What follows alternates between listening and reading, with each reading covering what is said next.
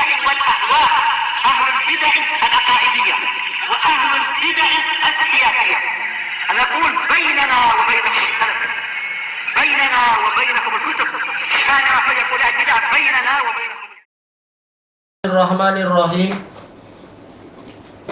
Qala al-Imam an-Nawawi rahimahullahu taala, al-haditsur rabi'a asyara ba'da 714 untuk tahqiq yang di sini. Karena yang lain nomornya memang lain. Wa an Abi Bakrah radhiyallahu anhu, Rufai ibn al-Harith al-As-Saqafi al-Basri, qala sami'tu Rasulullah sallallahu alaihi wasallam yaqul, saya mendengar Rasulullah SAW bersabda, man ahana sultan ahanahullah. Barang siapa menghina penguasa, Allah akan menghina dirinya. Rawahu Tirmidzi wa qala hadisun hasan. Wa fil bab ahaditsu katsirah. Dalam bab ini ada hadis yang banyak tentang mendengar dan taat. Fi sahih, di dalam kitab sahih. Wa qad sabaqa ba'daha fi abwab. Sebagiannya telah terdahulu disebutkan di bab-bab yang lain. Disebutkan dalam catatan kaki oleh Syekhuna Abu Amr, hadis ini dhaif. Diriwayatkan oleh Tirmidzi dan Ahmad, di dalam sanadnya ada Ziyad ibnu Kasib al-Adawi majhul. Baik, Imam Tirmidzi sendiri di sini tertulis Tirmidzi mengatakan hadis hasan. Tapi kalau kita lihat di dalam sunan beliau mengatakan gharib. Mungkin hasan gharib mungkin. Dan seringkali kalau Tirmidzi mengatakan gharib saja tanpa mengatakan hasan atau sahih, itu untuk disahihkan memang agak berat. Seringkali. Kalau Syekh Albani beliau menghukumi sahih untuk hadis ini. Tapi Syekhuna Abu Amr mengatakan Ziyad bin Kasib al-Adawi ini majhul. Dan diriwayatkan oleh Ibnu Abi Asim dalam As-Sunnah dari jalur rajulin min Bani Adi. Jelas ini mubham tak boleh untuk menjadi penguat kalau tidak jelas siapa dia. Sampai ada sanad lain menunjukkan oh ternyata namanya fulan. Nah ini biar lebih jelas. Tapi sekarang belum ketahuan. Dari Abdurrahman ibnu Abi Bakrah dari ayahnya, dan orang ini majhul di dalam Tabaqat Ziyad bin Maksad. Tertulis demikian ya. Mungkin Maksad dengan kasih mungkin dia itu sendiri. Dan tidak mustahil dia adalah itu sendiri. Berarti penyakitnya kembali ke orang itu lagi yang majhul ini. Maka hadis ini lemah. Hadis ini dihasankan oleh Syekh Albani dalam Sahih Tirmidzi. Beliau semula meletakkannya di dalam kitab Dhaifah, lalu beliau rujuk dan menyebutkannya di dalam Shahihah. Tayyib, intinya hadis Abi Bakrah ini dhaif, tetapi dia boleh terangkat dengan sanad-sanad, dengan apa? Dengan penguat-penguat yang lain, bukan dari hadis Abi Bakrah. Dalil-dalil di dalam bab ini banyak terkait dengan kewajiban memuliakan penguasa. Ada beberapa disebutkan oleh para ulama. Hadis Abi Bakrah dhaif, tapi boleh dikuatkan dengan riwayat-riwayat dalam bab ini. Bukan terkait dengan ketaatan, kalau itu hadisnya ma'ruf, tapi terkait dengan kewajiban memuliakan orang-orang besar. Hadisnya sahih, hadis dari Abdullah bin Amr ibn al-As dan lain-lain. Baik. Berarti walaupun hadis ini dhaif, tapi memang ini adalah salah satu hadis yang dipakai oleh para ulama ahlu sunnah wal jamaah sejak dulu sampai sekarang untuk tidak menghinakan penguasa. Baik.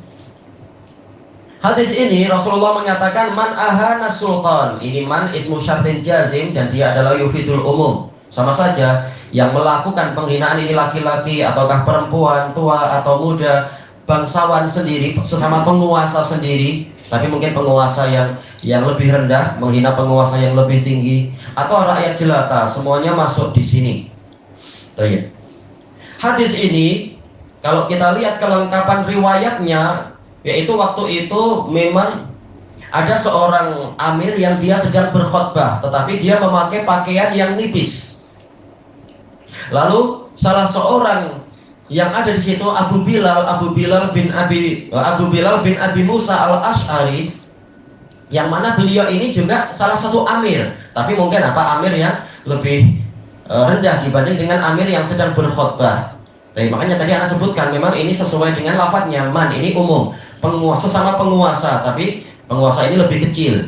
Nah, dia menghina penguasa yang lebih besar. Adapun yang lebih besar menghina bawahannya untuk mengkritik, memperbaiki, ini wajar namanya apa? Biasanya orang atas marah kalau bawahannya itu kerja malas-malasan atau apa.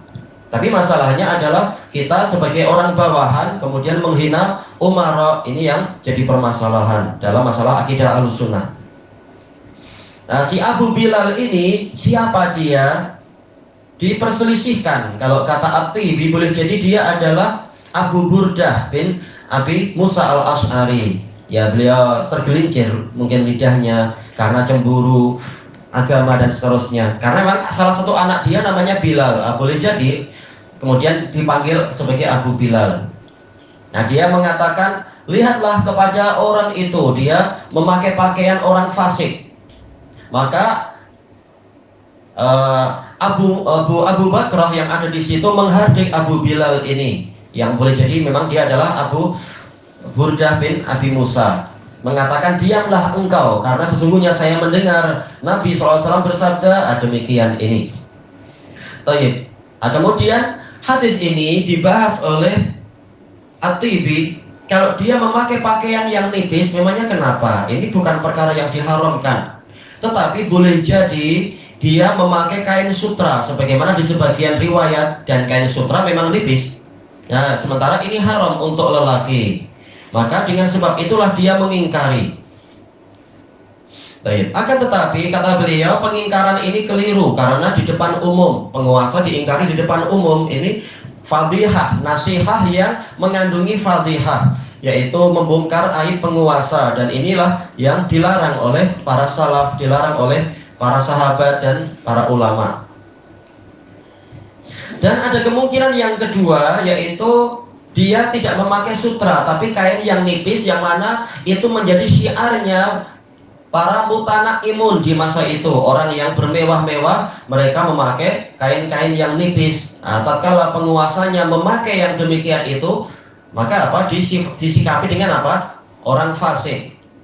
Maka Abu Bakrah marah kepada Abu Bilal ini karena menghina penguasa seperti itu, menisbatkannya kepada fusuk. Kalau mau menasihati, nasihati secara rahasia. Mungkin dia ada udzur apa yang kita tak tahu, ada kewajiban apa namanya itu, kewajiban khutbah, tahu-tahu pakaiannya habis misalkan atau apa, yang ada cuma ini, kita tak tahu. Lebih baik tanya dulu, barangkali dia punya udzur.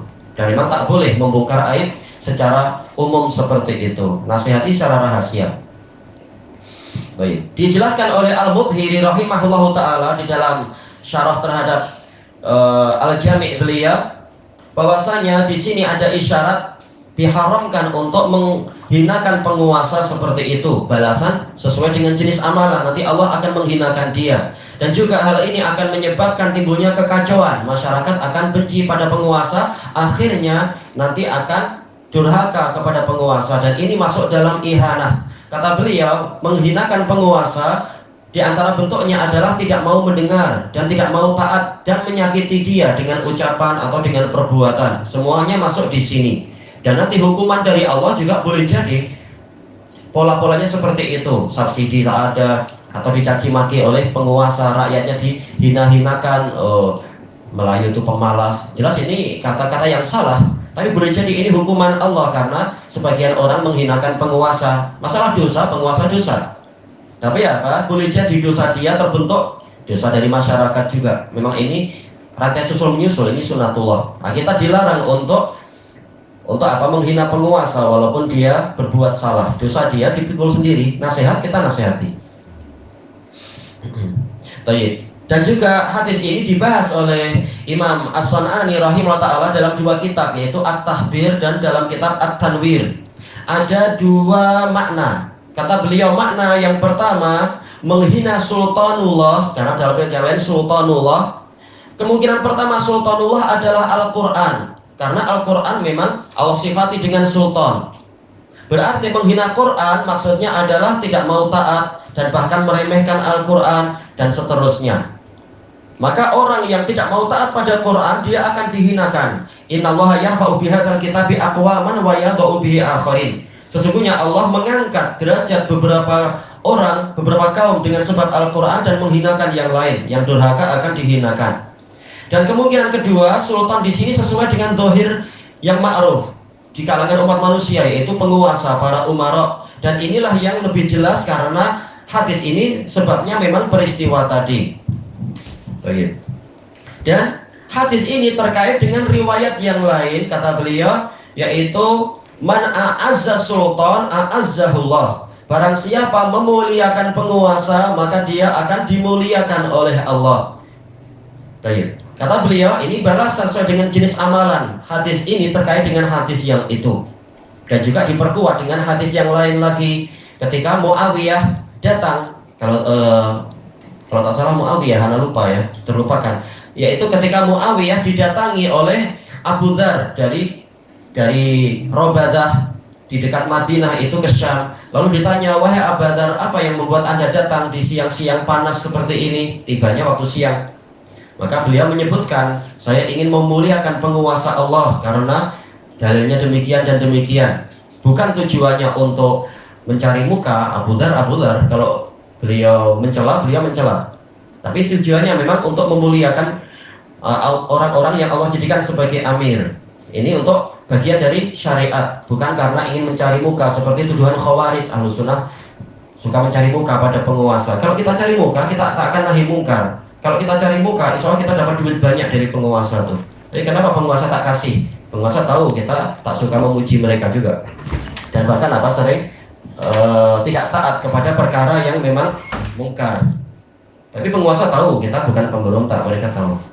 Karena ini sekedar tuntutan dari syariat.